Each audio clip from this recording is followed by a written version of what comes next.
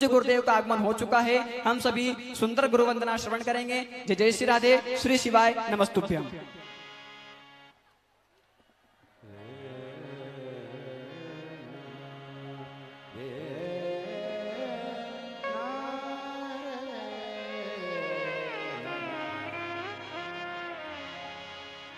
गुरुर्ब्रह्मा गुरुर्विष्णु गुरुर्देवो महेश्वरा गुरुर्साक्षात् परब्रह्म तस्मै श्री गुरुवे नमः।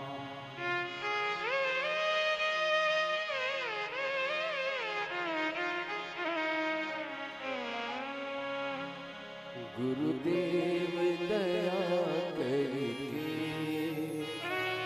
मुझको अपना लेना। गुरुदेव दया करके मुझको अपना लेना। मैं शरण पड़ा तेरी, मैं शरण पड़ा चरणों में जगा देना। गुरुदेव दया करके मुझको अपना लेना।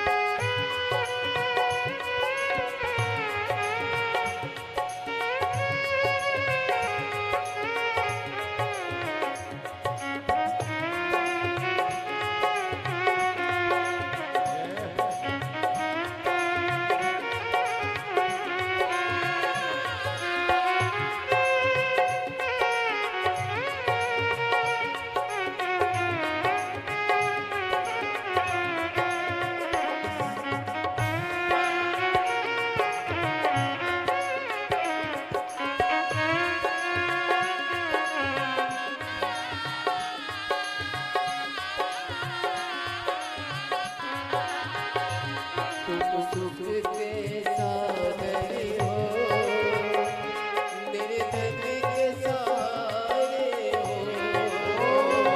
तुम सुख के सागर हो, निर्धन के सहारे हो। इस मन में समाए हो, इस मन में समाए हो। मुझे प्राणों से प्यारे हो, नित्य माला जपूं तेरी, नहीं दिल से भुला देना। गुरुदेव दया करके मुझको अपना लेना।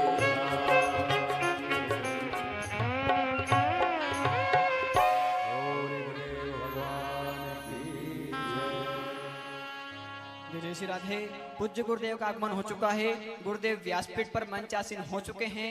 आप सभी की तरफ से व्यासपीठ को नमन करते हुए हम सभी के प्रिय लाडले ठाकुर कल्लू जी महाराज के चरणों में नमन करते हुए, परम पूज्य गुरुदेव के चरणों में नमन करते हुए और आप सभी शिव भक्तों के चरणों में नमन करते हुए, और आइए सुंदर आज द्वितीय दिवस की कथा में हम सभी प्रवेश करेंगे।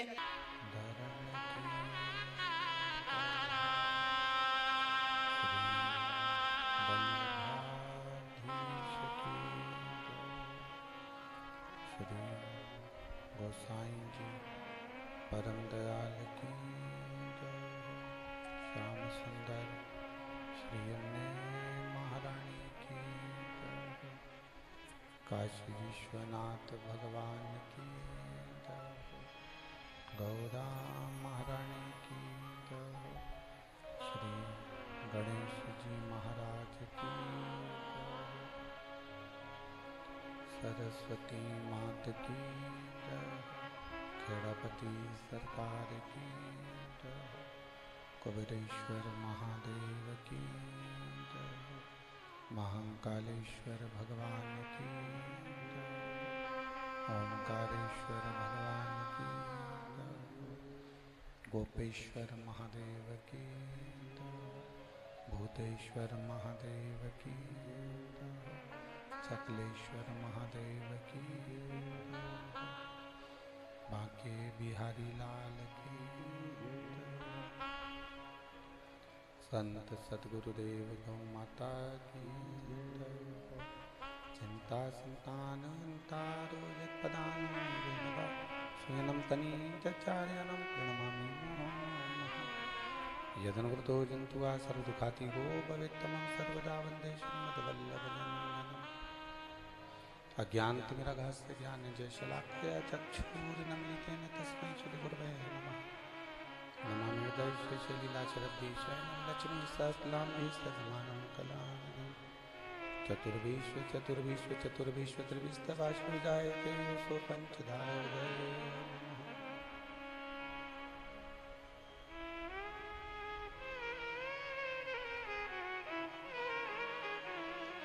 विश्वनाथ भगवान की जय।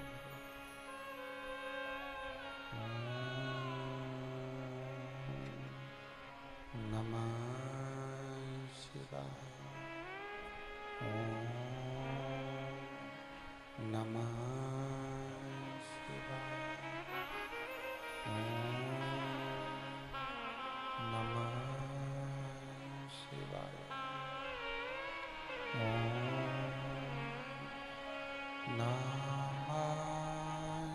शिवाय। नमः शिवाय। नमः शिवाय।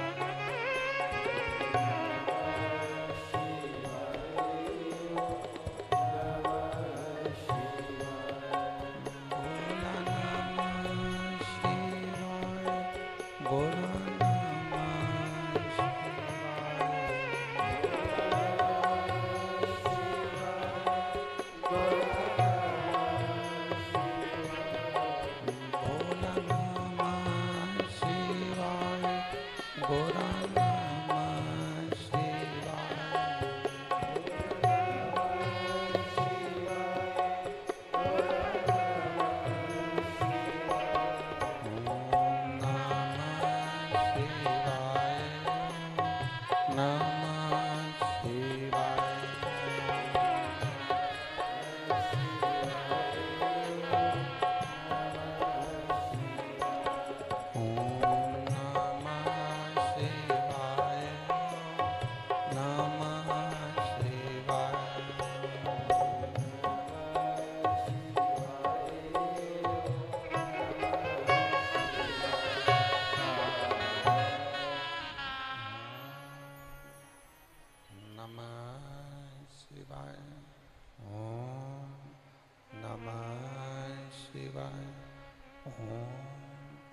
नमः शिवाय।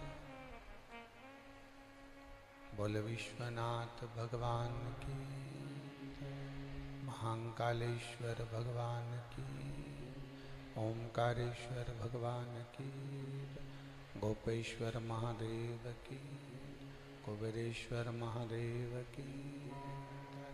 हर हर महादेव, हर हर महादेव, हर हर महादेव।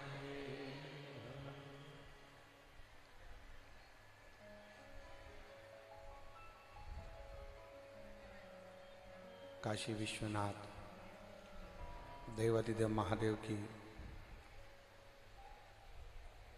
पुनीत पावन शिव महापुराण की कथा संपूर्ण विश्व के कल्याण हेतु बाबा देवाधिदेव महादेव की कृपा से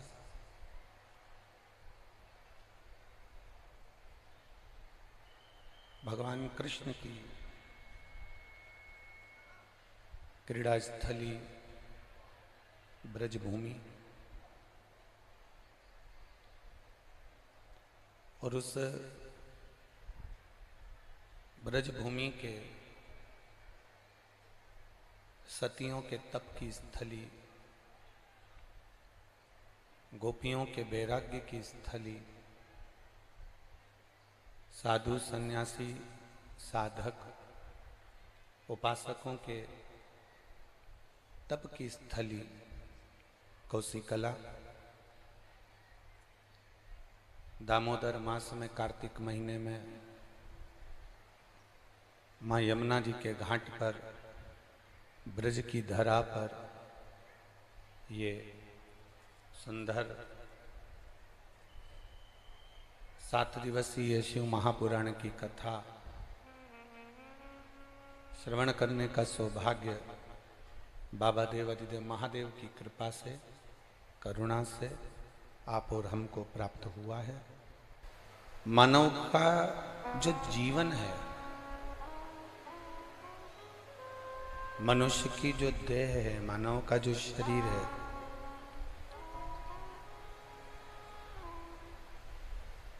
ये मिलना कठिन नहीं है।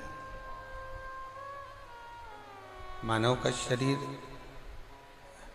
मिलना कठिन नहीं है, पर मानव का शरीर मिलने के बाद भगवान का भजन कठिन है।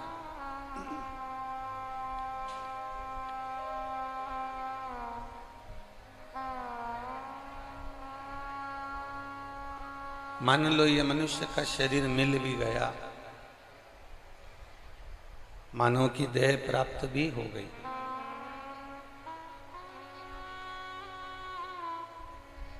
शरीर मिल भी गया और वो शरीर मिलने के बाद भी अगर हम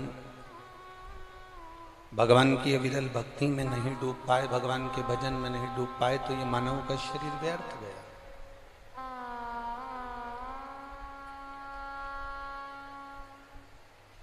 एक जो गुटखा खाने वाला होता है ना, तंबाकू खाने वाला, जो गुटखा खाने वाला होता है, तंबाकू खाने वाला होता है, हम उनको कहते हैं कि तुम्हें ट्रेन में सफ़र करो तो रिजर्वेशन कराने की ज़रूरत ही नहीं है, क्योंकि रिजर्वेशन तुम ट्रेन की सीट का कराते हो और 2 घंटा भी चैन से नहीं बैठ पाते हो। बार बार तुमको गुटखा थूकने के लिए बाहर जाना पड़ता है, बार बार तुम्हें गुटखा थूकने के लिए कहीं बाहर पहुंचना पड़ता है, और तुम्हारा जो कराया गया रिजर्वेशन है, तुम्हारी कराई गई सीट की बुकिंग है, उसका सुख कोई दूसरा भोगता है।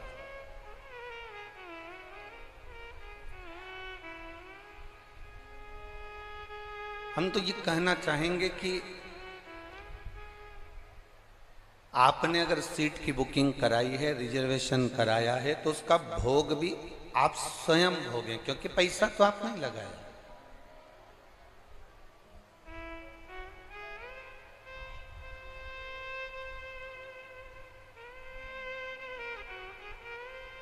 ये मैं श्री सुभाष जी अग्रवाल जी को, सुभाष चंद्र जी अग्रवाल जी को और श्री सौरभ जी अग्रवाल जी को मैं धन्यवाद देना चाहूँगा कि आप पहले यजमान हो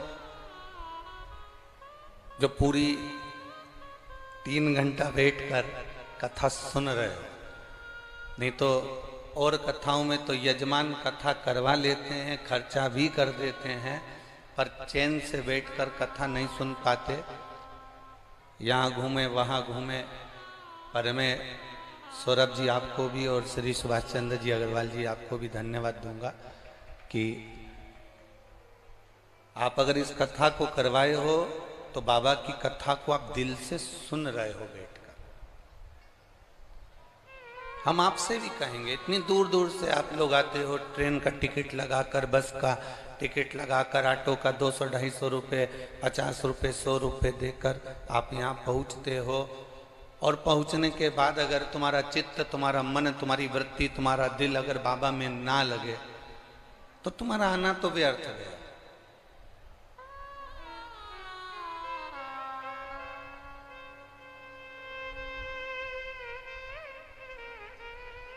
ब्रज में रह रहे हो, ब्रज में निवास कर रहे हो, और ब्रज में निवास करने के बाद भी अगर तुम्हारे मुख से राधा का नाम ना निकले, कृष्ण का नाम ना निकले, शिव का नाम ना निकले, राम का नाम ना निकले, भगवान का नाम ना निकले, तो फिर ब्रज में रहना किस कार्य का?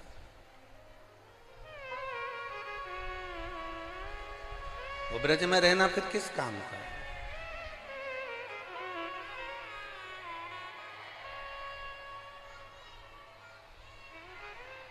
एक व्यक्ति को मालूम है कि ब्रज में जाऊंगा तो मेरा ऑटो अच्छा चलेगा। जरा ध्यान देना, बहुत हो सकता है कि हमारी बात का किसी ना किसी को बुरा भी लग जाए। हो लग जाए तो लग जाए, पर समझने वाली बात है। एक व्यक्ति ऑटो लेकर उसने सोचा ब्रज में जाऊंगा तो ब्रज में, मथुरा में, वृंदावन में, गोवर्धन में, गोकुल में, बरसाने में, नंदगांव में, कौसी में मेरा ऑटो अच्छा चलेगा। एक व्यक्ति वो आया जो कि ऑटो, रिक्शा, काम धंधा, व्यापार, व्यवसाय यहाँ अच्छा चल जाएगा तो उससे मैं अपनी कमाई कर लूंगा। एक व्यक्ति ने विचार करा कि यहाँ पर बहुत सारे लोग आते हैं तो एक काम करता हूँ, बड़ा सारा होटल का निर्माण कर लेता हूँ। एक व्यक्ति आया काम धंधे के उद्देश्य से। एक व्यक्ति वो होता है जिसको काम धंधे से मतलब नहीं होता, उसको एक मतलब होता है कि मैं मथुरा के स्टेशन पर उतरा हूँ, वृंदावन की धरा पर ब्रज की रज में आया हूँ, और ब्रज की रज में आया हूँ तो अब भोजन भी देगा तो मेरा बांके बिहारी देगा, और पानी भी पिलाएगा तो बांके बिहारी पिलाएगा, और दुकान भी चलाएगा तो बांके बिहारी चलाएगा। बोल बम का नारा है।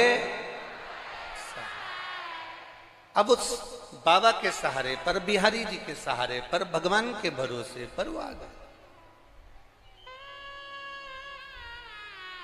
उसका उद्देश्य ये नहीं है कि मुझे यहां से कमाना है, उसका उद्देश्य ये है कि मुझे ठाकुर जी के चरणारविंद की रस प्राप्त करना।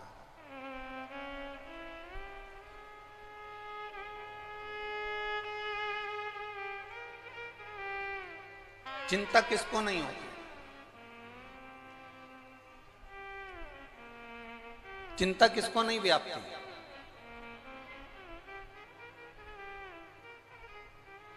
जब भगवान कृष्ण के पोते वज्रनाभ इस ब्रज की धरा पर नंदगांव में जब पहुंचे तो भगवान कृष्ण के पोते वज्रनाभ जी ने जब नंदगांव की स्थिति देखी तो नंदगांव की स्थिति को देखकर उन्होंने विचार करा, इस नंदगांव को सुरक्षित रखने के लिए मैं देवाधिदेव महादेव की अर्चना करता हूं।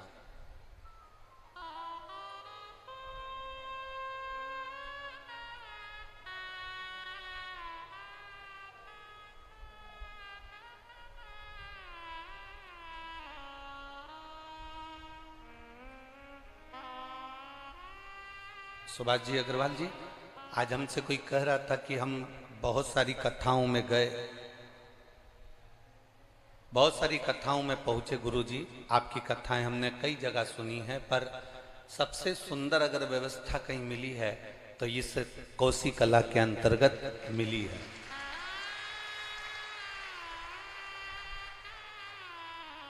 चाहे वो प्रसाद से जुड़ी हुई व्यवस्था हो, भंडारा प्रसाद से जुड़ी हुई व्यवस्था हो, चाहे वो बैठने की व्यवस्थाओं में हो, चाहे वो शौचालय की व्यवस्थाओं में हो, चाहे अन्य व्यवस्थाओं में हो, जल आदि की व्यवस्थाओं में हो, महाप्रसाद भोजन भंडारा आदि का अधिक जो प्रसाद व्यवस्था उसमें हो। अब उसके लिए आप कह रहे हो कि हम गए, इनसे पूछो अग्रवाल जी से या उनके बेटे सौरभ जी से, तो ये भी कम से कम 3-4 कथा में पहुंचकर पहले व्यवस्थाएं देखकर आए कि क्या दिक्कत किसी भक्त को हो तो वो देखा जाए, फिर उसको सुधारा जाए। भगवान कृष्ण के पोते जो बज्रनाभ जी हैं, उन्होंने विचार करा कि इस नंदगांव की रक्षा के लिए मुझे क्या करना चाहिए, इस ब्रज की रक्षा के लिए, इस नंदगांव की रक्षा के लिए मैं करूं क्या। और मेरे दादाजी ने मुझ पर भरोसा कर कर मुझे यहां भेजा है, तो ये मेरा फर्ज बनता है कि मैं कुछ अच्छा कर कर जाऊं।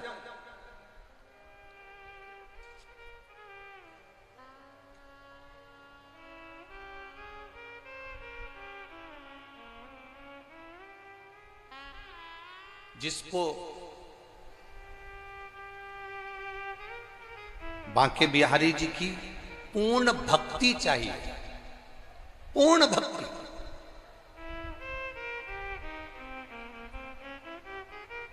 जिसको बांके बिहारी जी की पूर्ण भक्ति की जरूरत है, जिसको बांके बिहारी जी की पूर्ण भक्ति, मेरे ठाकुर की, मेरे कृष्ण की पूर्ण भक्ति चाहिए, उसको बांके बिहारी का दर्शन करने से पहले गोपेश्वर महादेव का एक बार दर्शन कर लेना चाहिए, फिर बिहारी जी के मंदिर जाना चाहिए। कारण क्या है, जब हम गोपेश्वर महादेव का दर्शन कर लेते हैं, गोपेश्वर महादेव के मंदिर में चले जाते हैं और भगवान देवाधिदेव महादेव का जब गोपेश्वर रूप का दर्शन कर लेते हैं, उसके बाद हम जब बांके बिहारी जी से नैन मिलाने के लिए जाते हैं, हम बांके बिहारी जी से लाड लड़ाने के लिए जाते हैं, हम बांके बिहारी जी का दर्शन करने के लिए उनके नेत्र कटाक्ष में अपने आनंद को पाने के लिए जाते हैं, तो जब हम गोपेश्वर महादेव का दर्शन कर कर जब बिहारी जी के सामने पहुंचते हैं, तब भगवान बांके बिहारी भी जान जाते हैं कि ये मेरी प्रिय गोपी देवाधिदेव महादेव से मिलकर आए हैं, तो ये कोई साधारण नहीं हो सकते, ये साधारण नहीं हो सकते। आप डायरेक्ट चले गए, बांके बिहारी जी का आपने दर्शन कर लिया,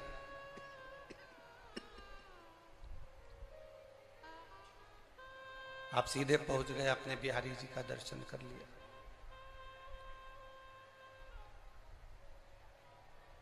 कभी प्रयास करना, कभी प्रयास करिएगा। एक बार बांके बिहारी जी का दर्शन करने से पहले गोपेश्वर महादेव का दर्शन करना, और दिल से करना। जब हम गोपेश्वर महादेव के पास में जाएंगे, तो जो गोपी का दिल होता है, जो गोपी का हृदय होता है, जो गोपी का सुख होता है, वो गोपी का भाव, वो गोपी का हृदय, वो गोपी का दिल हमारे गोपेश्वर महादेव आपके अंदर दे देंगे। और जब बिहारी जी का आप दर्शन करोगे, तो गोपी के भाव से जब रिझाओगे, तो बिहारी जी तुम्हारे और तुम बिहारी जी के हो जाओगे। फिर कोई पर्दा नहीं, कोई छल नहीं, कोई पर्दा।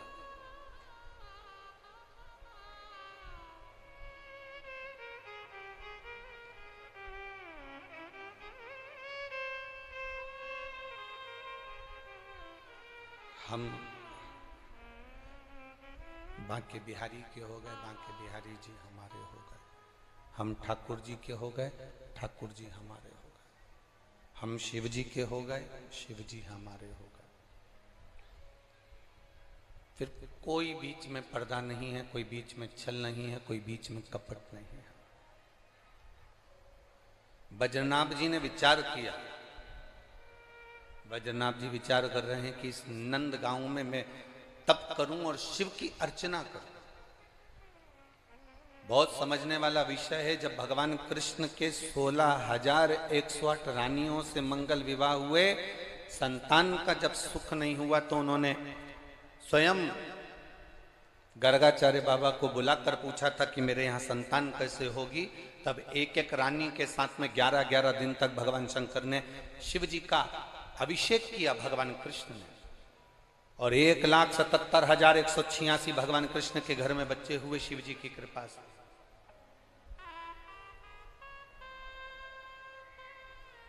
आज वही भगवान कृष्ण के पोते, वही भगवान कृष्ण के पोत।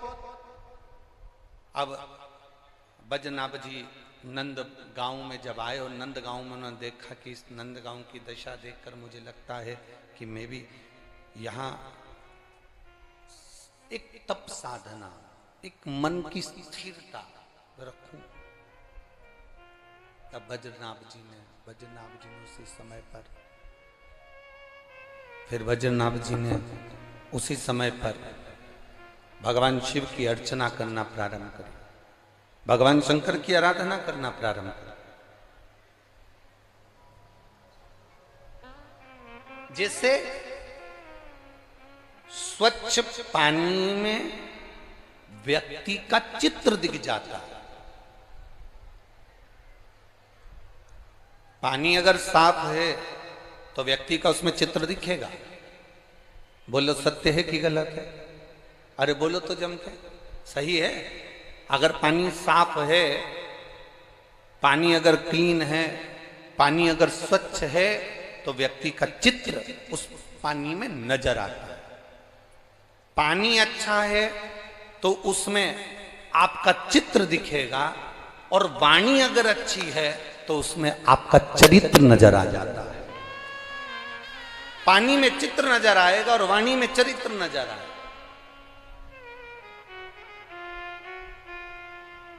हमारे यहाँ की बुजुर्ग माताएं बड़ी बड़ी विचित्र होती है, जरा सी देर में वाणी से पहचान जाती है। जिसने भी ऊंची आवाज में बात करी, आड़ी टेढ़ी बात करी, तो तुरंत कह देती है तेरे पिताजी के घर से यही सीख के आई है। मतलब समझ गई कि वहां की वाणी यहां तक आई है।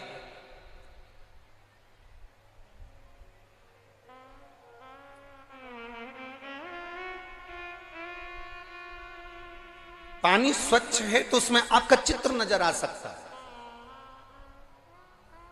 पानी अच्छा है तो उसमें आपका चित्र दिखेगा, और वाणी अगर अच्छी है तो उसमें आपका चरित्र दिखेगा।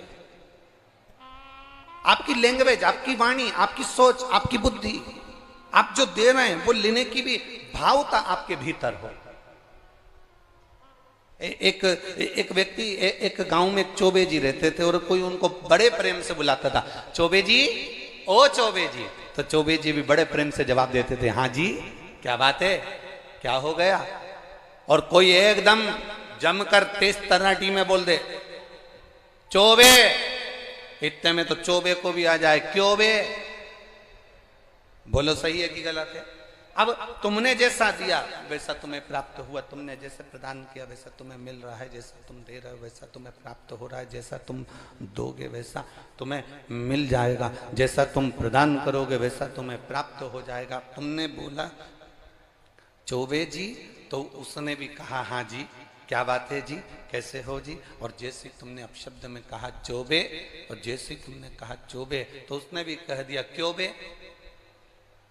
मतलब तुम जैसा दे रहे हो, तुम जैसा प्रदान करो, तुम जैसा देने का प्रयास करो, तुम जैसा देने का प्रयास कर रहे हो, तुम जैसा प्रदान करने का प्रयास कर रहे हो, वैसा आपको प्राप्त हो। तो पानी अगर स्वच्छ है, पानी अगर निर्मल है, पानी अगर साफ है, तो उसमें हमारा चित्र नजर आता है, उसमें हमारे चित्र को हम देख सकते हैं। और अगर वाणी आपकी अच्छी है तो उसमें आपका चरित्र आप देख सकते हैं कि आपका चरित्र कैसा है, आपका जीवन कैसा है। बद्रीनाथ नंदगांव में आए, नंदी पर्वत के ऊपर वज्रनाभ बैठ गए और मट्टी के शिवलिंग का निर्माण वज्रनाभ ने किया, पार्थिव शिवलिंग का निर्माण।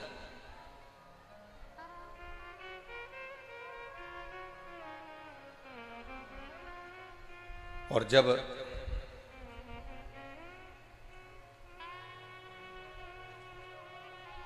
पार्थिव शिवलिंग का निर्माण किया गया और जब उस पार्थिव शिवलिंग का निर्माण कर कर वज्रनाभ जी ने जब अर्चना करना प्रारंभ करी, भगवान देवादिदेव महादेव प्रकट नहीं हुए वज्रनाभ के सम्मुख।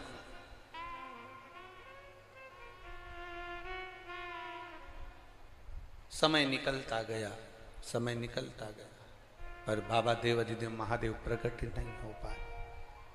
भगवान शिव सम्मुख में आई ही नहीं। तब वज्रनाभ ने सोचा जरूर कोई ना कोई कमी होगी, जरूर कोई ना कोई मेरी सेवा में कमी रह गई होगी, इसलिए जरूर कुछ ना कुछ हुआ होगा। जैसे आप कभी आशीश्वर महादेव का दर्शन करने के लिए अगर आप जाएं, आप लोग गए हो आशीश्वर महादेव? कौन कौन गए? जरा हाथ उठाओ जरा। आशीश्वर गए हो सब लोग? रखिए हाथ। अगर आशीश्वर महादेव का दर्शन करने के लिए गए होगे तो आशीश्वर महादेव के पास में छतरी बनी हुई है लाल कलर की, करें दर्शन। जिस छतरी का नाम है पंडित नवल किशोर की छतरी। किसकी छतरी है वो? बोलो बोलो, जम के बोलो जरा। पंडित नवल किशोर की छतरी। कभी आपने पूछा जब आशीश्वर महादेव का दर्शन करने जाओ तो उस छतरी के बारे में कभी पूछना कि पंडित नवल किशोर कौन थे और देवादिदेव महादेव आशीश्वर महादेव के पास में इनकी ये छतरी क्यों बनाई गई? कौन थे ये? क्या करते थे ये पंडित नवल किशोर जो थे ये नंदगांव के रहने वाले एक ऐसे शिव भक्त थे जो आशीश्वर महादेव केवल आपको कल भी कथा में कहा था कि दुनिया में भारत की भूमि पर केवल एक शंकर का मंदिर ऐसा है जहां पर शंकर का शिवलिंग अकेला, ना पार्वती जी, ना गणेश जी, ना कार्तिकेय, ना नंदी, कोई नहीं था। केवल शिव का शिवलिंग अकेले, मेरे महादेव अकेले भगवान कृष्ण का दर्शन करने के लिए आस लगाकर बैठे रहे, वो आशीश्वर महादेव कहलाए। ये धातु की प्रतिमाएं पार्वती जी, गणेश जी, नंदी, ये तो सब बाद में रखे, पर पहले प्रथम में स्वयंभू प्रकट होने में, स्वयं पृथ्वी से प्रकट होने में केवल आशीश्वर महादेव अकेले थे। जिस समय पर आशीश्वर महादेव अकेले बैठे रहते थे तब पंडित नवल किशोर जब शंकर के भक्त एक बार नंदगांव से पहुंचे और भगवान देवादिदेव महादेव के पास में जब उन्होंने दर्शन किया, अकेले शंकर बैठे हुए थे। पंडित नवल किशोर को लगा मेरे बाबा अकेले बैठे हुए हैं। रोज अब वो अकेले बैठा हुआ देखते पंडित नवल किशोर तो उनको लगता कि मेरे शंकर जी अकेले बैठे, मेरे बाबा अकेले बैठे, मेरे शिव अकेले बैठे। भक्त कैसा होता है? भक्त का स्वरूप कैसा होता है? भक्त का भाव कैसा होता है?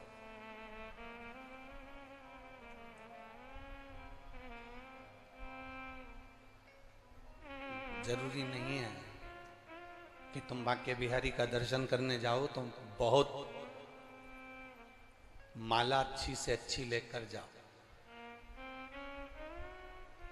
आज के ज़माने में वृंदावन में एक बड़ी बड़ी चीज़ें देखने को मिलती है। थोड़ा हम कह देंगे तो लोगों को हो सकता है हमारी बात का बुरा लग जाए, पर सत्यता कहने में पीछे नहीं हटेंगे।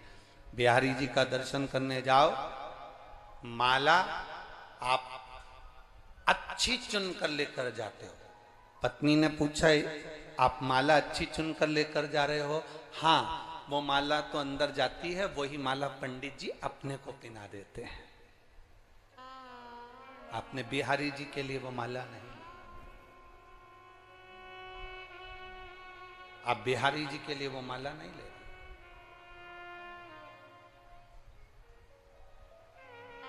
बिहारी जी ने कभी नहीं कहा, बांके बिहारी ने कभी नहीं कहा कि मुझे तुम बहुत सुंदर वस्तु ला कर देना। मेरे ठाकुर जी कहते हैं,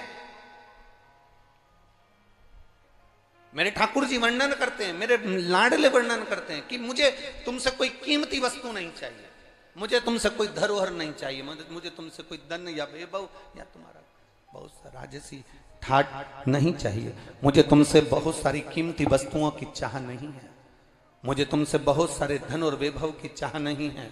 मुझे तुमसे बहुत सारी सत्ता की चाह नहीं है, मुझे तुमसे बहुत सारी सत्ता वैभव की चाह नहीं है।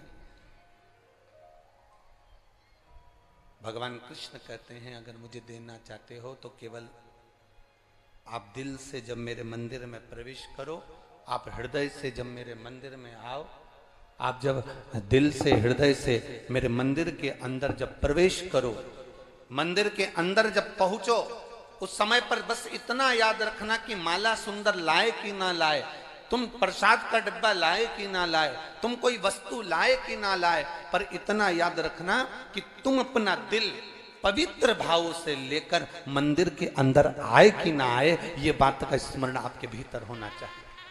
कैसे उसको रिझाएं? बजरनाभ जी ने विचार कर लिया, मैं भगवान को मना कर रहूंगा, क्या दूं मैं शिव जी को, क्या प्रदान करूं मैं शंकर भगवान को।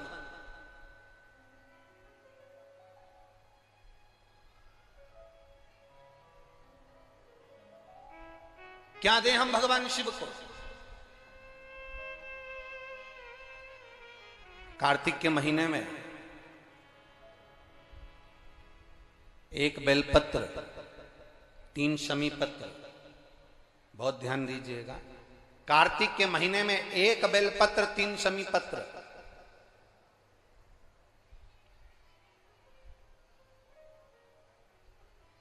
कार्तिक के महीने की दोनों अष्टमी में से किसी भी अष्टमी पर, चाहे उजाले की हो चाहे अंधेरे की, शुक्ल पक्षी की हो चाहे कृष्ण पक्ष की, 1 बेलपत्र 3 शमी पत्र, आप कभी दिल से, कभी मौका मिले हृदय से, दामोदर मास में, कार्तिक मास में अशोक सुंदरी वाली जगह का स्पर्श कर कर भगवान शंकर के शिवलिंग पर एक बार समर्पित कर कर देखना, और दूसरे वर्ष इंतजार करना कि तुमने कार्तिक महीने में अष्टमी के दिन बाबा को शमी पत्र और बेलपत्र दिया था, क्या बाबा ने तेरे घर में धन और वैभव दिया कि नहीं दिया? जो स्थिति में गाड़ी चल रही थी वो स्थिति की गाड़ी तेरी पार हुई कि ना हुई? कितने बेलपत्र? बोलो बोलो, जम के बोलो जरा। कितना शमी पत्र? 1 बेलपत्र 3 शमी पत्र।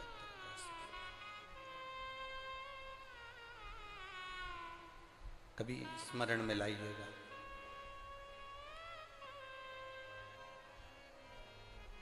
बस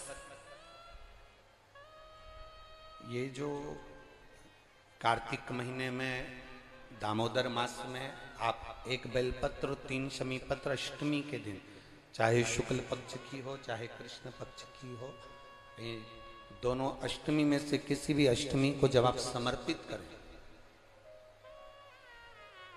तो चंपेश्वर महादेव का नाम लेकर, कौन से महादेव? जम के बोलो जरा, सबकी आवाज आना चाहिए। चंपेश्वर महादेव, केवल चंपेश्वर महादेव का नाम लेकर आप अशोक सुंदरी का स्पर्श कराकर शंकर भगवान के शिवलिंग पर समर्पित करें। अशोक सुंदरी तो मालूम है ना सबको? जैसे ये शिवलिंग, ये जलाधारी, ये बीच में से जो 2 लाइन गई, गणेश कार्तिकेय, और बीच में एक लाइन जाती है मोटी सी शिवलिंग के सम्मुख में, उसको अशोक सुंदरी का स्थान कहा। शंकर भगवान के ऊपर जो जल की जलाधारी लगती है, जिसमें से बूंद बूंद पानी गिरता है, वो भगवान शंकर की 5 बेटियां हैं जो ऊपर कलश के रूप में रखी रहती हैं, जिसमें से बूंद बूंद जल नीचे गिरता है। जया, विषहरा, श्यामली बारी, दौतली, देव, शिव जी की 5 बेटी, शंकर भगवान की 6ठी बेटी अशोक सुंदरी बीच में। जब आप बेलपत्र 1, शमी पत्र 3, चंपेश्वर महादेव का नाम लेकर अशोक सुंदरी का स्पर्श कराकर भगवान शंकर को जब आप समर्पित करेंगे इस कार्तिक महीने में, दामोदर मास में, अष्टमी तिथि के दिन, चाहे वो शुक्ल पक्ष की हो चाहे वो कृष्ण पक्ष की हो, अष्टमी तिथि को अगर समर्पित करते हैं तो आप वर्ष भर में इंतजार कर कर जरूर बताना कि तुम साल भर पहले जितना कमाते थे, वर्ष भर पहले तुम जो व्यापार व्यवसाय कर रहे थे, साल भर से जो नौकरी के लिए प्रयास कर रहे थे उसमें सफलता आपको अगले वर्ष की दामोदर मास आने से पहले मिली कि नहीं मिली, वो स्मरण आपके भीतर होना चाहिए।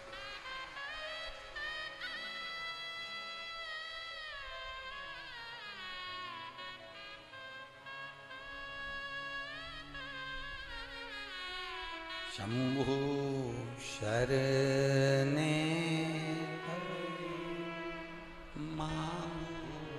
घड़ी रे दुख काटो दया करने दर्शन। आप दिल से उससे प्रार्थना करोगे तो वो दिल से दे देगा। महाराज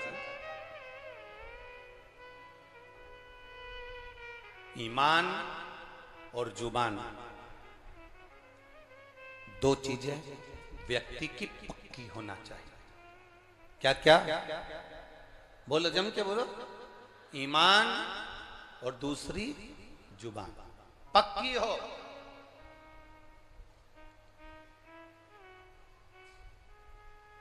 आप दिल से आप बाबा का भजन कर देखो, आप दिल से बाबा का स्मरण कर दे।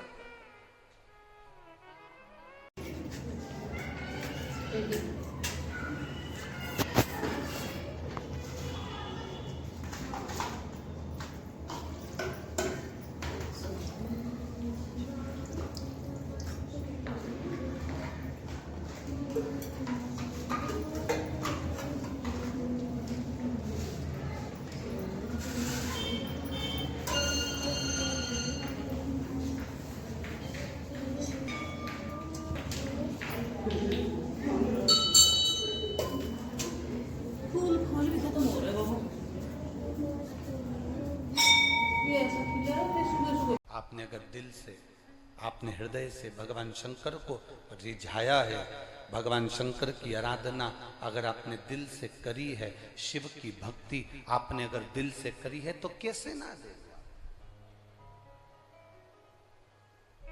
ए ब्रज की जीजियों और मेरे ब्रज के जीजाओं, एक बात बहुत सावधानी से सुनना। दामोदर मास में, कार्तिक के महीने में, यमुना के तट पर ये ब्रज की रज में आप जो कथा सुन रहे हो, और श्री सुभाष जी अग्रवाल जी, सौरभ जी अग्रवाल जी जिस कथा को करवा रहे हैं, आप आ तो गए हो बाबा के दरवाजे पर इतना अंदाजा लगा कर जाना कि मेरा बाबा तुमको खाली नहीं भेजेगा, वो भरकर जरूर भेजेगा।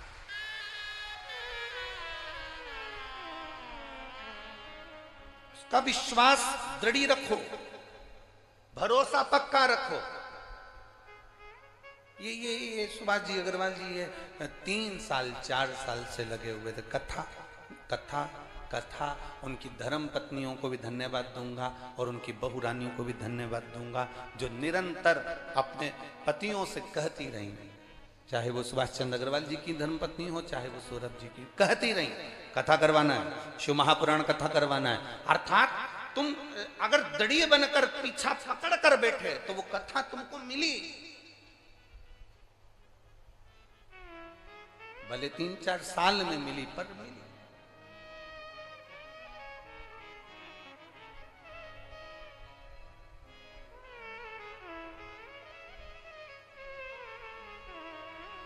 पर अगर आप दृढ़ बनकर बैठोगे, भगवान शंकर की आराधना दृढ़ बनकर करोगे, ईमान और जुबान पक्की रखकर आप शिव की अगर आराधना करोगे, तो अगर कथा मिल सकती है तो क्या मेरा महादेव नहीं मिल सकता? क्या मेरा शिव नहीं मिलेगा? अवश्य प्राप्त।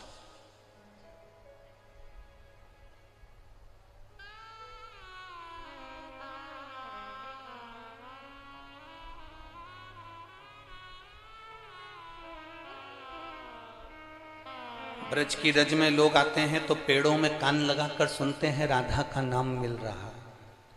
ब्रज की रज में लोग आते हैं तो वृक्षों के कान लगाकर सुनते हैं कि बंसी की धुन मिल रही है। हम कहते हैं इतने खो जाओ परमात्मा में।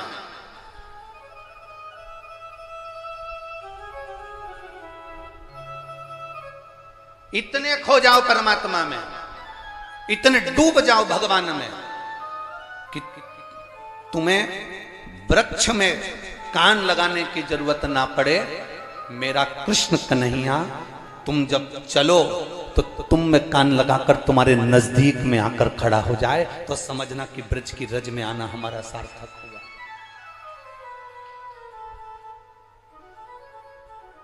हमारा ब्रज की रज में आना सार्थक हुआ, तब समझिए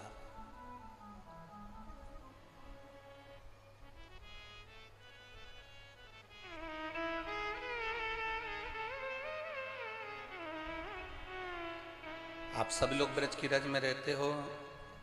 मीरा भगवान कृष्ण के पास जाती थी कि भगवान कृष्ण मीराबाई के यहां आते थे? बोलो जरा, उत्तर दो, जम के बोलो जरा।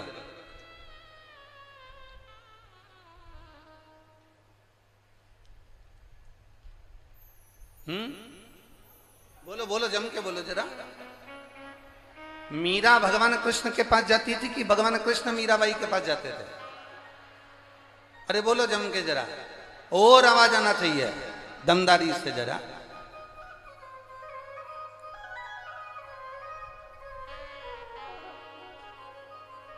मीरा भगवान कृष्ण के पास नहीं, मीरा जहां बैठती थी भगवान की भक्ति में ऐसी डूब जाती थी कि कृष्ण ब्रज छोड़कर मीराबाई के पास मेवाड़ में दौड़कर चले जाते। ये भक्ति है मीरा का। आप जहां बैठो, कोई कहता है कि हम वहां जाएंगे तो भगवान मिलेंगे, कोई कहता है हम भगवान को पाने के लिए केदारनाथ जाएंगे, कोई कहता है हम भगवान को पाने के लिए कैलाश जाएंगे, कोई कहता है भगवान को पाने के लिए वहां जाएंगे, कोई कहता है भगवान को पाने के लिए हम वहां जाएंगे। हम कहते हैं कहीं जाने की जरूरत नहीं है, तुम्हारे घर में रहो, तुम्हारे घर के पास में जो शंकर का मंदिर हो, तुम्हारे घर के पास में जो शिवालय हो, तुम्हारे घर के पास में जो शंकर की चौखट हो, बस वहां चले जाओ, एक लोटा जल अपने घर में से भर कर लेकर जाओ और शंकर को समर्पित कर कर आओ। तुम्हें कहीं जाने की जरूरत नहीं, महादेव तुम्हें ढूंढते ढूंढते तुम्हारे पास जरूर आएंगे।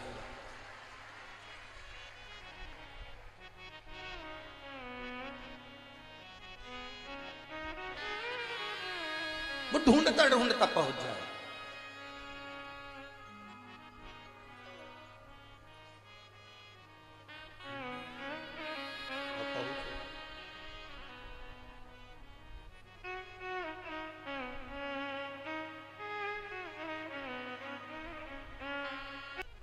हमें कान लगाने की जरूरत नहीं पड़ेगी। जब हमने हृदय से, दिल से भगवान शंकर की आराधना करी है तो बाबा दिल से आपके पास पहुंचता है।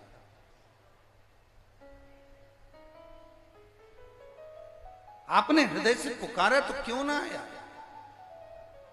बद्रीनाथ भगवान कृष्ण के पोते भगवान शिव की आराधना में लीन क्यों नहीं आ रहे बाबा?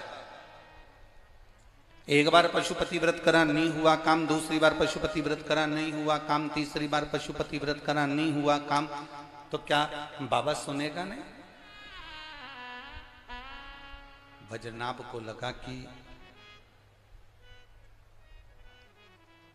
क्या भगवान प्रकट नहीं हो रहा, शिवजी मेरी भक्ति को स्वीकार नहीं कर रहे। जैसे अश्लेश्वर महादेव के मंदिर के पास में नवल किशोर जी की छतरी है, पंडित नवल किशोर की, तो वो छतरी क्यों बनी उसका स्मरण करिएगा कि पंडित नवल किशोर रोज शिव के मंदिर जाते थे और नंदगांव से आशीश्वर महादेव का दर्शन करने जाते थे, रोज भगवान को फूल पत्ती समर्पित करते थे।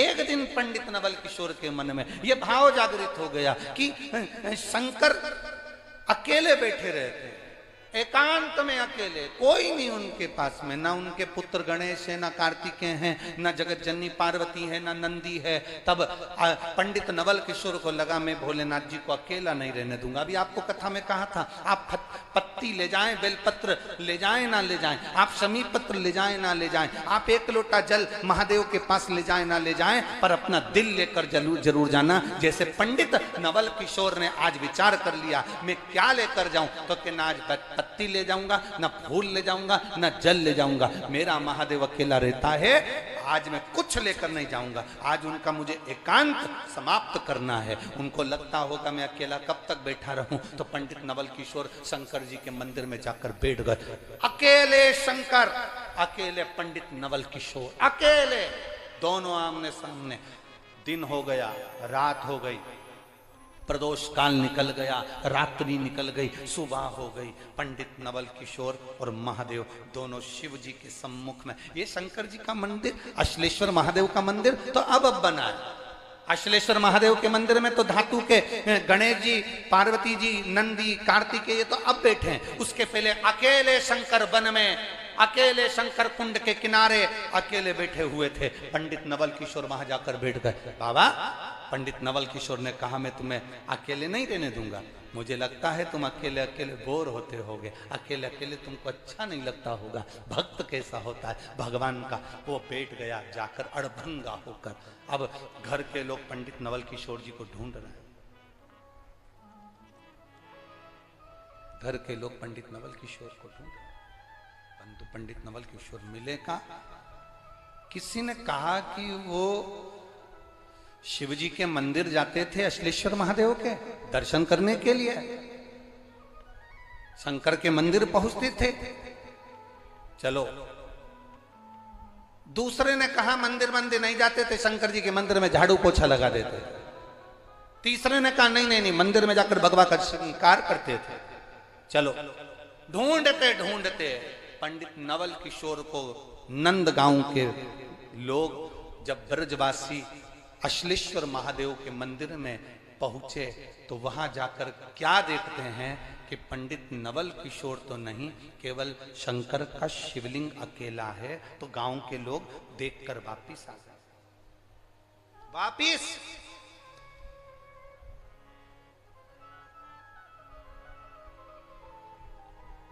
अब पंडित नवल किशोर है कहां? पंडित नवल किशोर है कहां? तो कोई अगर स्मरण करे तो पंडित नवल किशोर कहीं नहीं, शंकर के शिवलिंग के ठीक सामने अकेले बैठे बाबा से बात कर रहे। बाबा, आप अकेले बैठे हो? बाबा, आपको अकेला अच्छा नहीं लगता होगा ना? बाबा, आज मैं आपके लिए फूल लेकर नहीं आया। बाबा, आज आपके लिए मैं बेलपत्र लेकर नहीं आया। बाबा, अब मैं घर नहीं जाऊंगा, मैं केवल आपसे बात करूंगा और मुझे विश्वास है आप भी मुझसे बात करोगे। पंडित नवल किशोर हिले नहीं जब तक शंकर भगवान प्रकट होकर पंडित नवल किशोर से बात ना कर ले। हिले ही नहीं। ये ब्रज की धरा, ये ब्रज की रज है, जहां दृढ़ी बनकर अगर भक्त बैठ जाए कि मुझे बिहारी जी से बात करना है, मुझे बिहारी जी से नैन मिलाना है, मुझे ठाकुर जी के दर्शन करना है, मुझे गिरिराज बाबा की परिक्रमा करना है। बड़े बड़े शूरवीर गोवर्धन नाथ जी की दंडोती परिक्रमा करने के लिए अगर वो विचार कर कर आए कि हम तो 24 घंटे दंड लगाते रहते हैं, इतनी एक्सरसाइज करते रहते हैं, दंडोती परिक्रमा तो मैं 5 दिन में कर पूरी कर दूंगा, 3 दिन में पूरी कर दूंगा। जो दंडोती परिक्रमा दुनिया के लोग कर रहे हैं वो मैं 5 दिन में पूरी कर दूंगा। जो सूरमा बनकर आता है उसको 1 महीना तक दंडोती परिक्रमा करने में लग जाता है, और जो बाबा का दास बनकर आता है वो 5 दिन में कर भग जाता है। ये शिव है, ये भक्ति है उसकी, अविरल दृढ़ता है उसकी।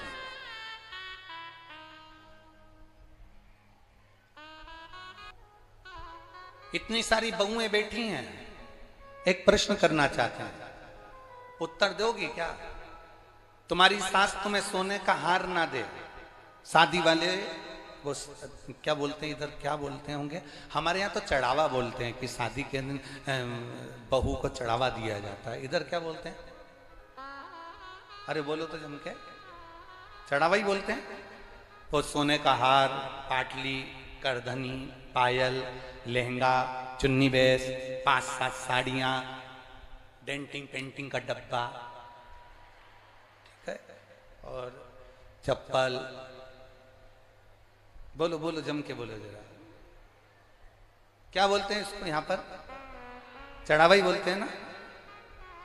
अब ससुर सास सोने की कोई रकम नहीं लाए, पांव की पायल नहीं लाए, कमर की तगड़ी ना लाए, भुजबंद ना लाए, कड़ा ना लाए, और एक सोने का बिस्कुट ला दे, अच्छा लगेगा? अरे बोलो तो जम के। जितने का हार बनना था, जितने की पाटली बनना थी, जितने का कड़ा बनना था, जितने की हसली बनना थी, जितने की तगड़ी बनना थी, जितने का भुजबन बनना था, वो सारा के सारा एक सोने का बिस्कुट लाकर बहू की गोदी में दे दे। और ना हार देना, पाटली देना, चूड़ा देना, चूड़ी देना, कान का देना, नाक का देना, गले का दे, ना बिंदी देना, कुछ नहीं दे, अच्छा लगेगा? तो अच्छा लगना चाहिए ना। सोना चाहे ऐसे मिले, सोना चाहे वैसे मिले, अच्छा तो लगना चाहिए। पर अच्छा नहीं लगता, शादी में सोने का बिस्कुट इतनी दम नहीं रखता जितना शादी में दिया गया सोने का हार, पाटली, नाक की लौंग, कान का बुंदा, कमर की करधनी, भुजबंद। सोने का बिस्कुट यहां काम नहीं करेगा, यहां जेवरात काम करेंगे। उसी तरह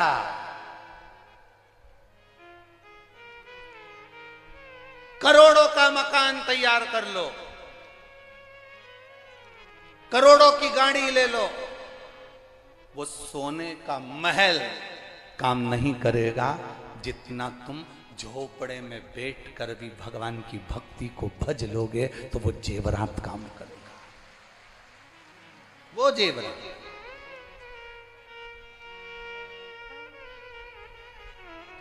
भगवान की जितनी जितनी भक्ति करोगे तुम, भगवान का जितना जितना भजन करोगे तुम, भगवान का जितना जितना स्मरण करोगे, वो तुम्हें सुख देगा, वो तुम्हें आनंद देगा, वो तुम्हारी अविरलता भक्ति को प्रदान करेगा। सोने का बिस्कुट बाद में काम आ सकता है, मना नहीं है, पर शादी के समय पर तो सोने का जेवर ही काम करता है, शादी के समय पर तो सोने का जेवर ही काम करेगा। उसी तरह जब तुम भगवान को रिझाने की बात आए तो वस्तु को मत देखो, तुम ये भाव रखो कि मैंने भगवान को रिझाना कैसे है, मैं भगवान को क्या दे रही। एक माँ ने बड़ा सुंदर भाव लिखा, गुरुजी मेरे घर के लोग कहते थे क्या झाड़ू लगाने से, पोछा लगाने से, क्या भगवान के मंदिर में सफाई करने से कुछ मिल सकता है? मैं प्रमाण दे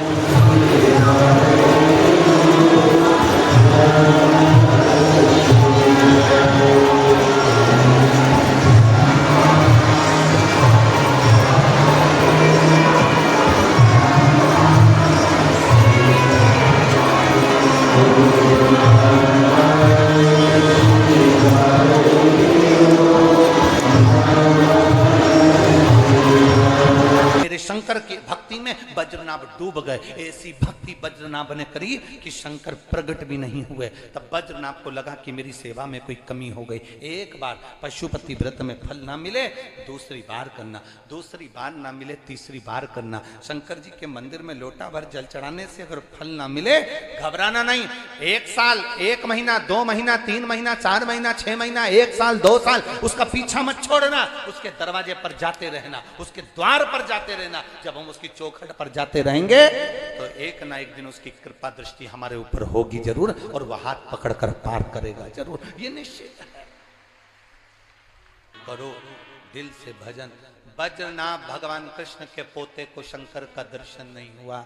आखिरी में वज्रनाभ ने विचार कर लिया अगर शिव प्रकट नहीं होंगे तब तक उनके चरण नहीं छोड़ूंगा।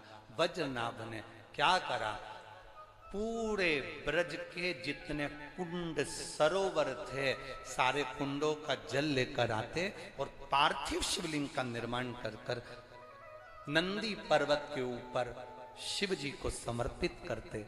तब मेरे देव अधिदेव महादेव प्रकट नहीं हुए। वज्रनाभ ने आखिरी में नंद गांव में, नंद महल के नजदीक में देव अधिदेव महादेव से कहा, बाबा आप आते नहीं, आप अगर आओगे नहीं तो मैं यहीं प्राण त्याग दूंगा। तब भगवान शंकर भगवान कृष्ण के पोते के लिए, वज्रनाभ के लिए नंद गांव में, नंद महल के नजदीक में मेरे शंकर प्रकट हो गए, मेरे शिव प्रकट, जिनका नाम नंदीश्वर महादेव हो गया। गयो नंद गांव में आप लोग कभी? बोलो बोलो जम के जरा।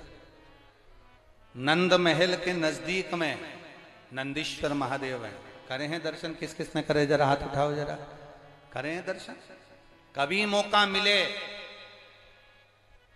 वज्रनाभ ने यहां पर तप कर कर पूरे ब्रजमंडल के जितने कुंड, जितने सरोवर, जितने तालाब, जितने बावड़ी, जितने नदी, जितने पवित्र पवित्र कुंड हैं, बावड़ी है, तालाब है, सरोवर है, वज्रनाभ भगवान कृष्ण के पोते ने सारे कुंडों का जल लाकर यहां पार्थिव लिंग का निर्माण कर कर जल समर्पित करा था। इसलिए अगर पूरे ब्रज की परिक्रमा ना कर सको तो नंद गांव के नंदीश्वर महादेव के मंदिर के अंदर जाकर अगर फर्श का स्पर्श ही कर लोगे तो पूरे ब्रज यात्रा का फल प्राप्त हो जाता। वो नंदीश्वर महादेव, बोल नंदीश्वर महादेव की, हर हर महादेव। वो साधारणता नहीं है महाराज, ब्रज की एक एक रज पर, एक एक स्थान पर मेरा शिव समाहित है, बस उसको पहचान चाहिए।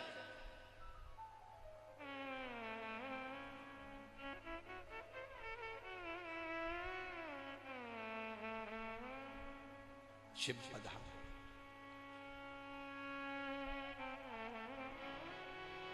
शंकर की भक्ति, शंकर की उपासना शिव पुराण कहती है। ब्रह्मा जी ने भगवान विष्णु से पूछ लिया था कि तुम्हारे पिता कौन है? भगवान नारायण के मुख से निकल गया था कि मेरे पिता देवाधिदेव महादेव है।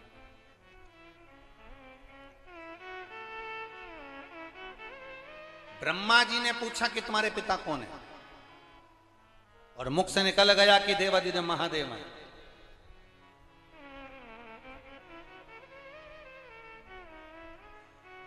भगवान नारायण ने एक क्षण की देरी नहीं करी और कह दिया देवाधिदेव महादेव। आप लोगों से अगर कहीं का व्यक्ति प्रश्न करता है, आप लोगों से लोग कहते हैं, कई लोग गोवर्धन नाथ जी पर जब दूध चढ़ता है और गिरिराज बाबा पर दूध चढ़कर वो पांव के अंदर आता है तो इतने सारे लोग बाबा के चरणों में आकर, गिरिराज जी के चरणों में आकर प्रश्न करते हैं, अरे इससे तो कहीं किसी को पिला देते तो अच्छा था, कहाँ गिरिराज बाबा पे दूध चढ़ाया, वो पाँव में आ रहा है, ऐसा हो रहा है, वैसा हो रहा है। पर कभी विचार करा, सनातन धर्म पर उंगली उठाने वाले जितनी भी उंगली उठाते हैं उनको वचन के अनुकूल, शब्दों के अनुकूल आपको उत्तर देना चाहिए।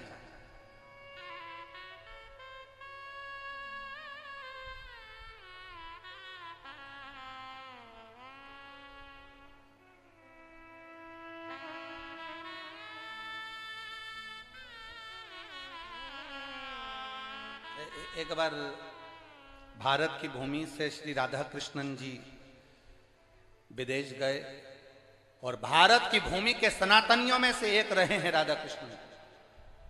जब विदेश गए तो विदेशियों ने राधा कृष्णन जी से कह दिया, अरे हम आपसे, ठिठोली करने के भाव से, उनका उपहास करने के भाव से, उनकी हंसी उड़ाने के भाव से कह दिया, अरे ये तो बताओ राधा कृष्णन जी कि हमारे यहाँ तो लोग एकदम गोरे होते हैं और इंडियन, भारतीय, भारत में जन्म लेने वाला काला क्यों होता है? राधा कृष्णन जी समझ गए कि ये मेरी हंसी उड़ा रहे हैं, हम भारतीयों की हंसी उड़ा रहे हैं। तो राधा कृष्णन जी ने कहा, देखो भगवान ने रोटी बनाई और भगवान लक्ष्मी जी से कहे थे कि रोटी बना लो, भगवान ने रोटी बनाई और रोटी बनाई तो एक रोटी जो लक्ष्मी जी ने बनाई, जो भगवान ने रोटी बनाई, वो कच्ची रह गई, कच्ची रह गई, वो रोटी भगवान ने खाई तो तुम जैसे पैदा हुए, क्योंकि रोटी जब कच्ची रहती है तो एकदम सफेद रहती है। फिर भगवान ने दूसरी रोटी बनाई, वो जल गई, एकदम काली हो गई, वो भगवान खाए तो अफ्रीका में पैदा हो गए। फिर भगवान ने तीसरी रोटी बनाई जो अच्छे से सेकी, ना कच्ची ना जली, वो भारतीय है।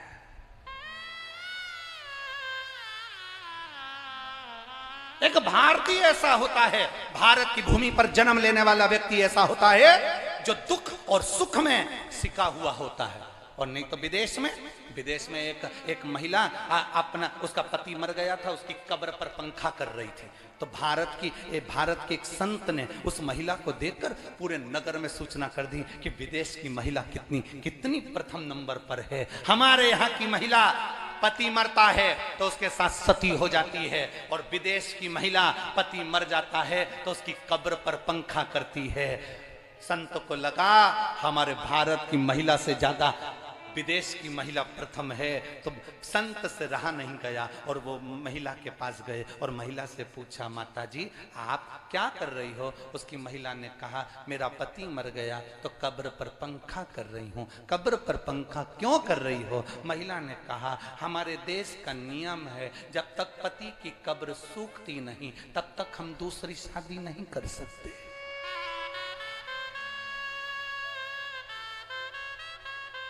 इसलिए पंखा कर करके सुखा रही। संत को लगा कि भारत के आगे सब फीका है, क्योंकि भारतीय जो पका होता है वो दुख और सुख में पका होता है। ये भारत जननी है संस्कारों की, ये भारत दैनी जननी है सभ्यता और संस्कारों की, जिसने दुनिया को दिया है, दुनिया को केवल प्रदान किया है। अब उसको पहचानना है।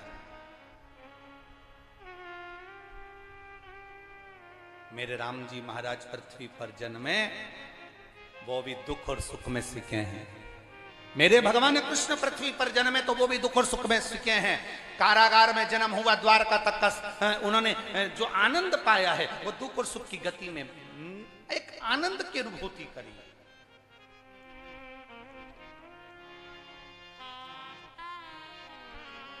बद्रीनाथ भगवान शिव से कह दिया कि मैं, अगर आप ना आए तो मैं प्राण त्याग दूंगा। तब मेरे शंभु नंद गांव के नंदी पर्वत पर मेरे शंकर भगवान आकर विराजमान हो गए।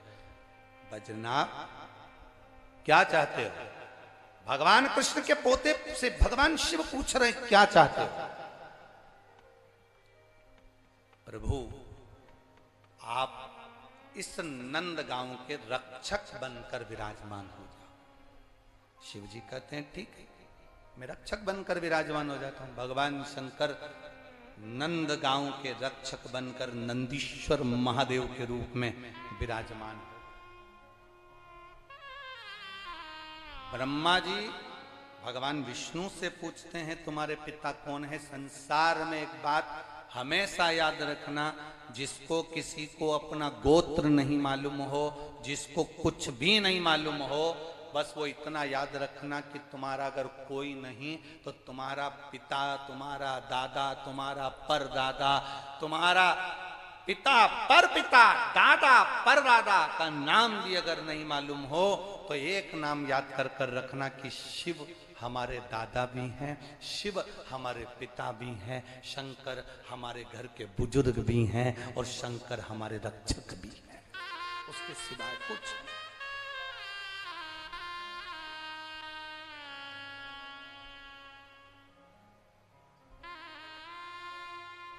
शिव रक्षक हो।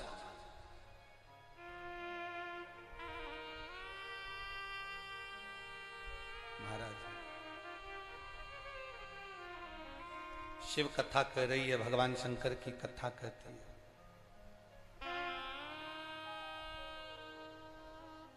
अपनी बुद्धि को, अपने चित्त को भगवान में लगाकर रखना।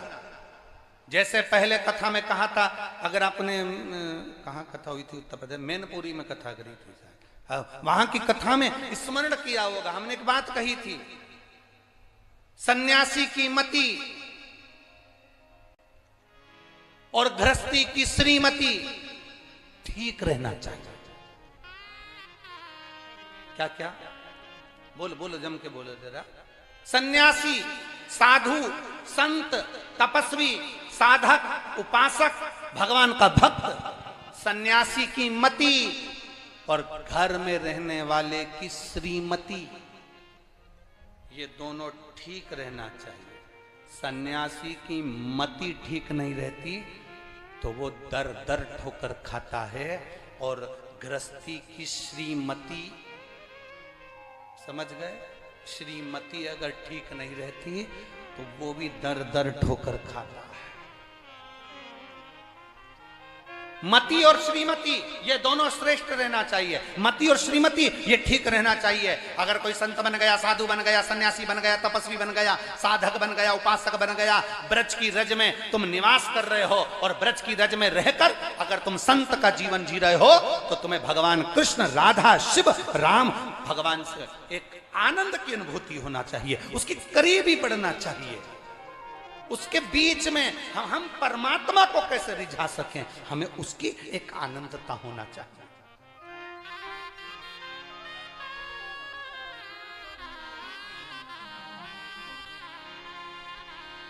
अरे लगन तुमसे लगा बैठे जो होगा, अरे बोलो तो जम के, देखा वो लाइन याद कर लो, आग लगे बस्ती में क्या किसको रोइए सोइए। अब तुम अगर चिंता में पड़ जाओ, तुमने अगर विचार कर लिया, कई माताएं कहती है मेरे बेटे की शादी नहीं हो रही, कोई कहता है मेरी बेटी को ब्याह नहीं हो रहा, कोई कहता है हमारी बहू को संतान नहीं हो रही, कोई कहता है ये वाला रोग आ गया, बीमारी आ गई, ये हो गया, वो हो गया। हम उनसे कहते हैं तुम जब तक अपना समझ कर रखोगे, तुम कहोगी मेरे बेटे का ब्याह नहीं हो रहा, तो वो नहीं होगा, बेटा तुम्हारा है। तुमने कह दिया मेरी बेटी का ब्याह नहीं हो रहा, वो नहीं हो रहा क्योंकि बेटी तुम्हारी है। तुम कह रहे हो मेरा रोग नहीं मिट रहा, तुमने जान लिया कि रोग मेरा है। तुम कहते हो मेरे यहाँ संतान नहीं हो रही, मतलब तुम जानते हो कि मेरा है। जिस दिन तुम्हारे मुख से ये शब्द मेरा निकलना बंद हो जाए और निकलने लगे महादेव तेरी बेटी की शादी कब करेगा, महादेव तेरे बेटे का ब्याह कब करेगा, महादेव तेरे घर की बहू आई है उसको छोरा कब देगा, महादेव तेरे बल पर रोग आया है तू कब हरेगा, तो महादेव भी कैंसर जैसे रोग को मिटा देता है। जब रोग उसका है, बेटा उसका है, बहू उसकी है, पोता उसका है, संतान उसकी है, तो तुम्हें कह देना चाहिए मेरी बहू नहीं तुम्हारी है।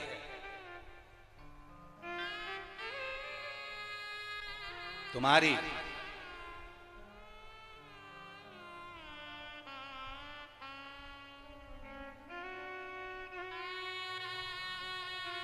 बहुत बहुत विचित्र बात है। लड़की को घर से विदा करते हैं, शादी कर कर लड़की को भेजते हैं, भेजने के बाद में लड़की के दिमाग में ये भर दो कि अब ये घर तेरा नहीं है, तू जिस घर में शादी कर कर जा रही है वो सास तेरी माँ है, ससुर तेरा पिता है, पति तेरा देवता है, देवर तेरा राम लक्ष्मण की तरह है। ये सारी बातें उसके विचार में भर दो।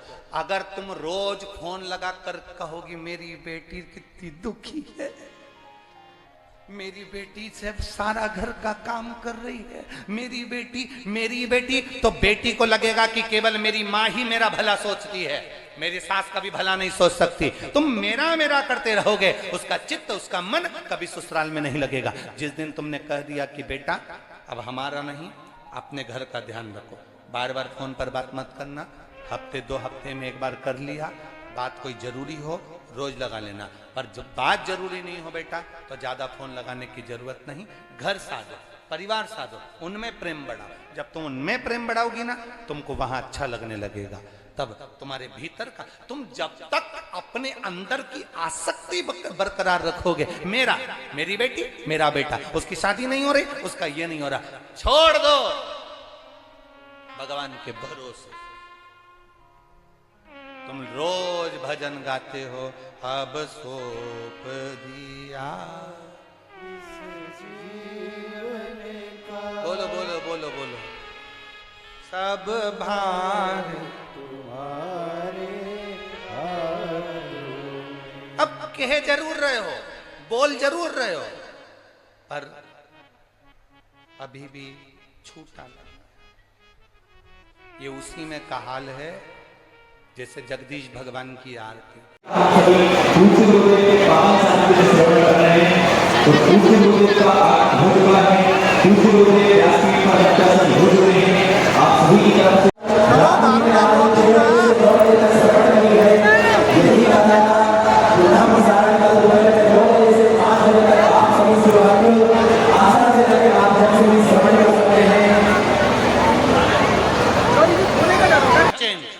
विचार चेंज हो गया नहीं, इससे कभी परमात्मा प्रसन्न नहीं होगा। भगवान कहते हैं तेरा समर्पण पूर्ण होना चाहिए। जब रोज रोज यहाँ से माइक पर बोला जाता है, वो यहाँ अनाउंस करने के लिए वो जैन साहब भी बोल देते हैं, कभी सावन भी बोल देता है कि चैन, अंगूठी, मोबाइल, पर्स कुछ भी लेकर कथा पंडाल में मत आओ, अपनी वीआईपी चीज लेकर बिल्कुल मत आओ, क्योंकि यहां एक ही वीआईपी है और वो देव अधिदेव महादेव है। अपनी कीमती चीज लेकर यहां मत पहुंचो। क्यों?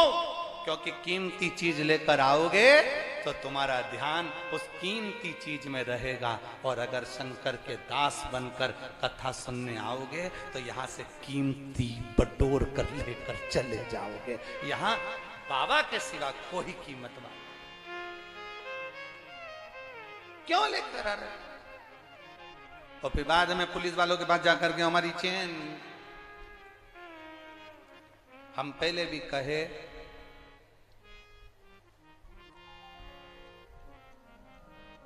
चोटे की निगाह चेन पर होती है, लुच्चे की निगाह तुम्हारी सुंदरता पर होती है।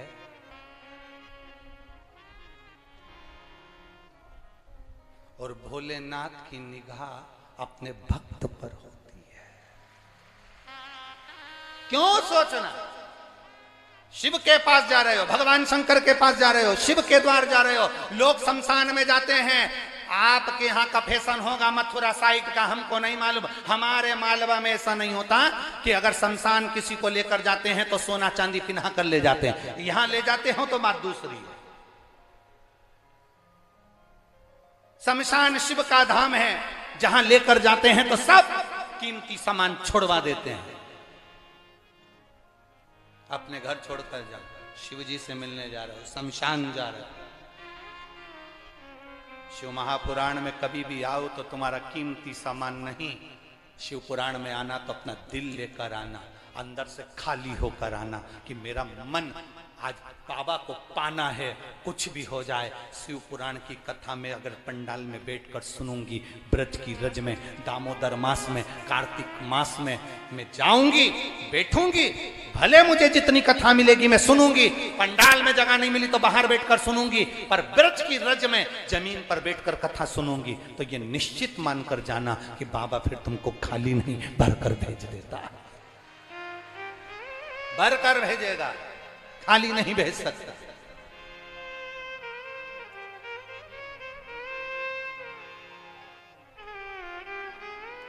कहा भगवान विष्णु ने कहा, भगवान विष्णु कह रहे हैं शिव मेरे पिता हैं।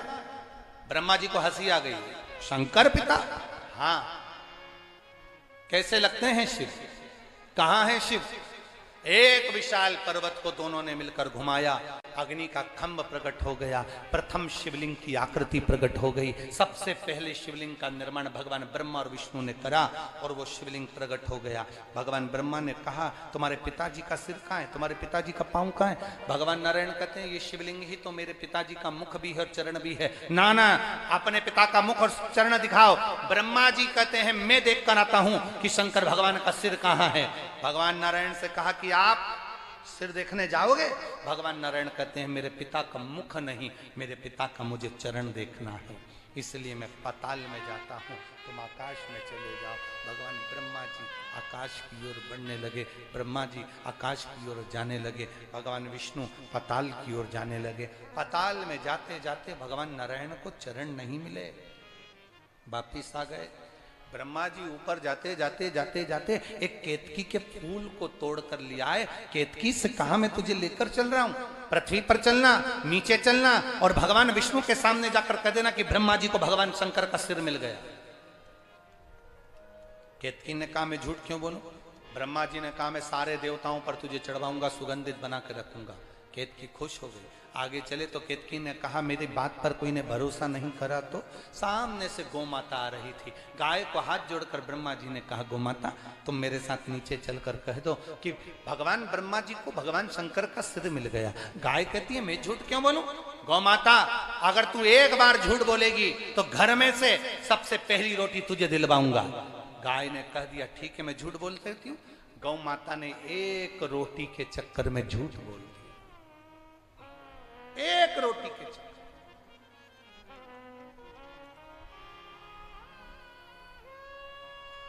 और बड़ी विचित्र है ये जिह्वा, बहुत विचित्र कि बोल मेरी जीवा हरी हरी 10-10 भोजन पान करे और राम नाम में मरी मरी।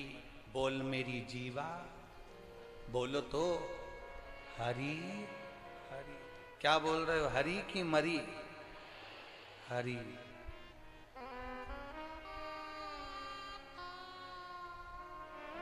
बड़ी दूर दूर से आप लोग आए हैं, बाबा से दिल से भाव के साथ में और बड़े भाव से आपकी आवाज हमारे तक पहुंचना चाहिए। बड़े दिल से बोला करो, जितने बाहर बैठे हो चाहे अंदर बैठे हो, जहां बैठे हो दिल से बाबा से प्रार्थना करो। श्री शिवा नमस्तु, श्री शिवा नमस्तु, श्री शिवा नमस्तु, श्री शिवा नमस्तु, श्री शिवा नमस्तु। भोला सब दुख काटो, ओ भोला सब दुख काटो। शिव शंकर जपूं तेरी माला, भोले बाबा जपूं तेरी माला। भोला सब दुख काटो, ओ भोला सब दुख काटो। वेश मंगलकारी, वेश मंगलकारी। शमशान वासी हमारा, शमशान वासी ओ भोला सब दुख काटो, ओ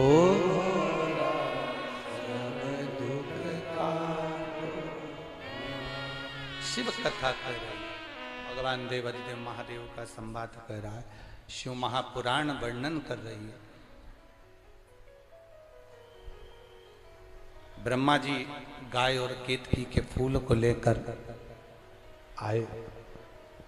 पूछा, भगवान विष्णु से पूछा, भगवान नारायण से पूछा, क्या तुम्हें भगवान शंकर के चरण मिले हैं?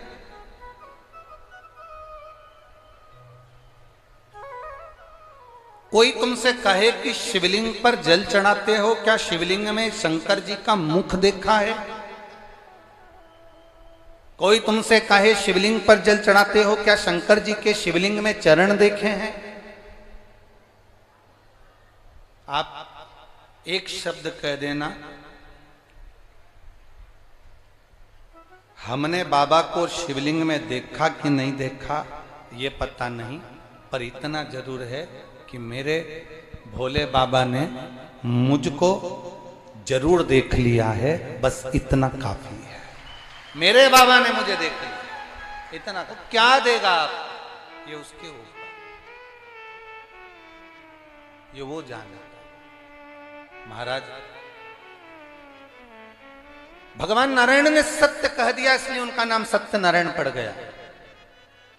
ब्रह्मा जी के, भगवान शिव के सामने केतकी के फूल ने झूठ बोल दिया तो शिव जी ने कह दिया तू मुझ पर नहीं चढ़ेगा। शंकर भगवान पर केतकी का पुष्प नहीं चढ़ा। गाय झूठ बोल दी, गौ माता से कहा तेरा मुख तूने झूठा कर दिया, कलिकाल में तू झूठन खाएगी क्योंकि तू झूठ बोली, तू झूठ बोली है इसलिए तू झूठन खाएगी। गौ माता होकर झूठ बोल दी। भगवान ब्रह्मा ने झूठ बोला तो उनका एक सिर कट गया, जिससे कर्मनाशा नदी प्रकट हो गई।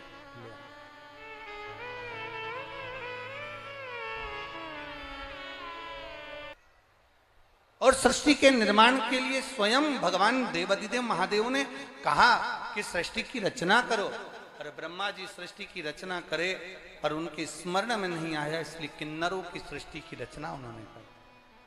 किन्नरों की सृष्टि। तब मेरे देवादिदेव महादेव स्वयं ब्रह्मा जी को रसतत्व दर्शन कराने के लिए, और देखिए ब्रह्मा जी झूठ बोले जिससे उनका एक सिर कटा, जिससे कर्मनाशा नदी प्रकट हुई, और ब्रह्मा जी के कटे हुए सिर से बट वृक्ष प्रकट। शिव महापुराण की कथा कहती है, भगवान शंकर का संवाद कहता है, अपनी जिंदगी को सत्य में जीने का प्रयास करिए। शंकर जी को सबसे ज्यादा प्रिय अगर कुछ है तो वो सत्य है, क्योंकि शंकर सत्यम शिवम सुंदरम का एक आनंद प्रेरणा देता। जितना जीना है सत्य में जिंदगी को जीने का प्रयास, सत्यमय जीवन। और जब आप सत्यमय जिंदगी को जीने का प्रयास करोगे तो उसमें एक आनंद की अनुभूति होगी, उसमें एक आनंद का रसतत्व प्राप्त होगा। हम आपसे कहें, आप रोज अगर सत्य नहीं बोल सकते, रोज अगर सत्य की परिभाषा को नहीं व्याख्यान कर सकते, तो निवेदन केवल इतना है, हफ्ते में कम से कम एक दिन, एक घंटा, आधा घंटा ऐसा निकालो कि हमारे मुख से हम झूठ नहीं कहेंगे, हमारे मुख से हमें सत्य ही कहना। कम से कम आधा घंटा, 15 मिनट, 20 मिनट ऐसा निकालना कि हमें अब ये 20 मिनट जो मैंने निकाले हैं शिव जी की भक्ति के लिए, इसमें मैं सत्य बोलूंगी, झूठ नहीं बोलूंगी, मैं सत्यता के पथ पर जीऊंगी, असत्य नहीं बोलूंगी, मैं सत्यता का जीवन जीऊंगी, असत्यता का जीवन नहीं जीऊंगी, मैं केवल सत्य की ओर जाऊंगी। प्रयास करिए। भगवान शिव अर्धनारीश्वर स्वरूप का दर्शन देते हैं तो ब्रह्मा विष्णु और महेश तीनों आकर सुंदर लीला का दर्शन कराते हैं। एक बार जोरदार ताली बजाएं। भगवान ब्रह्मा विष्णु महेश पधार रहे हैं। हर हर महादेव। भगवान ब्रह्मा विष्णु महेश पधारे हैं। हम यजमान परिवार से निवेदन करेंगे कि वो आके ब्रह्मा विष्णु महेश का पूजन करें भाव भक्ति से, आनंद के साथ में। भगवान देवादिदेव महादेव की पवित्र आरती प्रारंभ हो रही है। आप सब अपने स्थान पर खड़े होकर भगवान शंकर की आरती का लाभ लेंगे। हर हर महादेव।